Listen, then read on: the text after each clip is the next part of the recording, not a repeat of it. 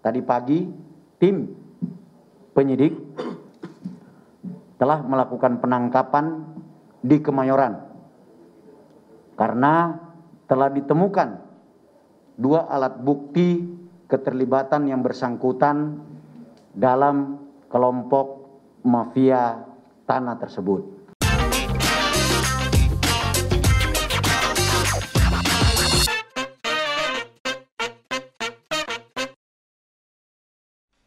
Beberapa waktu lalu saya bertemu seorang teman yang punya kasus rumah dan tanahnya di Jakarta tiba-tiba berpindah tangan.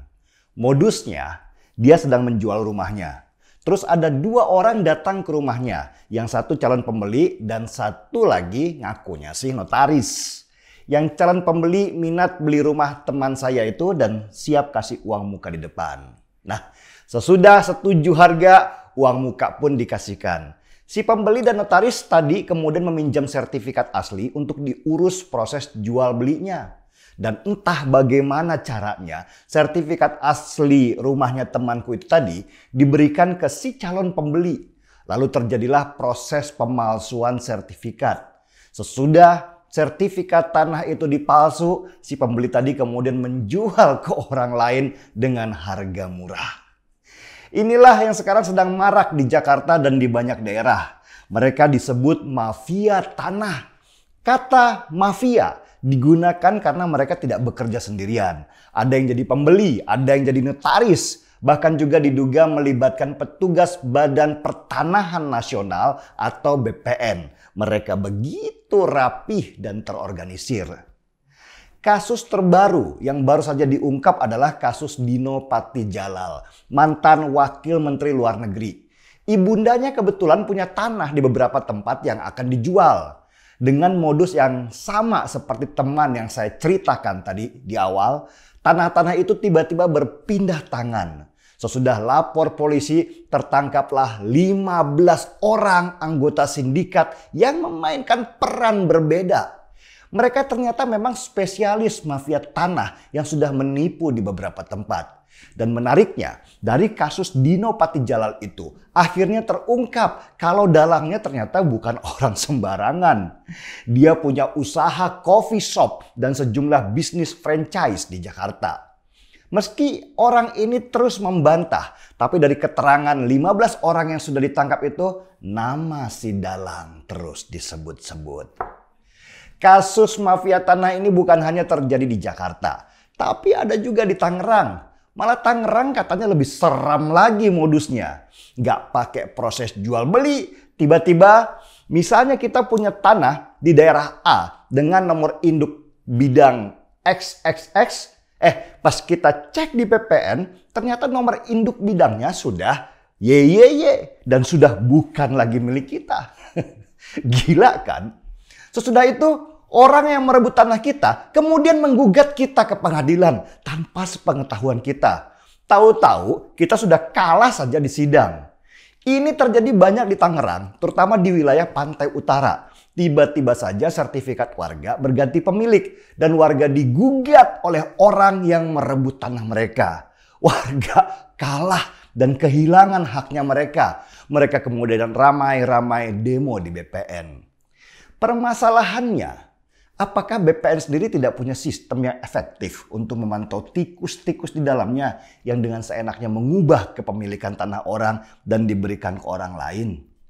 Aroma kong kaling kong kuat sekali di sana. Karena tanpa bantuan orang dalam di BPN akan sulit orang untuk memindahkan kepemilikan tanah seseorang. Mafia-mafia ini memang kenapa dia tumbuh subur di Indonesia karena ada 2 hal. Pertama, karena sistem pendaftaran tanah kita yang saya katakan itu bahwa bersifat formalistik. Artinya begini, sistem pendaftaran tanah itu kalau kita jual beli lantas proses balik nama, biasanya kan kita ke PPAT notaris, nanti dimintalah berkas-berkasnya. Jadi notaris atau PPAT pada saat itu dia tidak bertanggung jawab terhadap kebenaran material, hanya kebenaran formal. Apa itu kebenaran formal? Kebenaran formal adalah kelengkapan berkas. Masalah berkas itu salah, itu bukan urusan dia. Bayangkan rantai mafianya dari calon pembeli, notaris, terus sekarang orang dalam di BPN. Ada lagi? Masih ada, yaitu hakim dan jaksa. Hakim dan panitera atau pembantu hakim ini peran penting sekali dalam proses kasus mafia tanah, terutama yang gede-gede. Seperti cerita kita di awal tadi, bisa saja tiba-tiba tanah kita pindah kepemilikan ke orang lain. Lalu kita digugat oleh yang merebut tanah kita dan kita dikalahkan oleh mereka di pengadilan. Proses seperti ini tidak mungkin tidak melibatkan oknum hakim, oknum panitera, dan oknum jasa. Kalau sudah mereka memang terlibat, berarti nilai tanahnya itu sudah raksasa. Kasus perebutan tanah di Cakung, Jakarta Timur contohnya yang melibatkan 7,7 hektar lahan. Komisi Yudisial dan Komisi Kejaksaan sampai harus turun tangan mengawasi ketat apakah hakim dan jaksa ikut bermain di dalam kasus ini. Gile, nilai tanah yang diperebutkan saja 4 triliun rupiah. Dan dengan nilai segitu besar, gak mungkin gak ada siraman-siraman ke pihak yang berwenang supaya perkara mereka dimenangkan. Salah satu yang sekarang diburu oleh kepolisian bernama Benny Tabalujan. Seorang pengusaha, seorang pengacara, dan jangan kaget, dia juga seorang pendeta. Dia dikabarkan sekarang ada di Australia dan polisi bekerja sama dengan Interpol untuk menangkapnya. Kasus tanah di Cakung, Jakarta Timur itu juga melibatkan 2 mantan pegawai BPN yang sekarang sudah menjadi tersangka. Keterlibatan mereka membuka mata kalau kepala BPN tidak bisa tinggal diam melihat sindikat mafia di dalam tubuh mereka. Mafia tanah ini jahat sekali karena juga sering mengambil hak orang kecil yang harus kerja keras bertahun-tahun menabung setiap bulan hanya untuk dapat tanah 100 meteran saja. Bayangkan perasaan mereka ketika tanah yang jadi masa depan mereka harus hilang karena oknum hakim malah memenangkan orang yang merebut tanah mereka. Dan oknum hakim yang kayak gini layaknya dihukum mati saja. Setuju? Kalau setuju, mari kita angkat kopinya.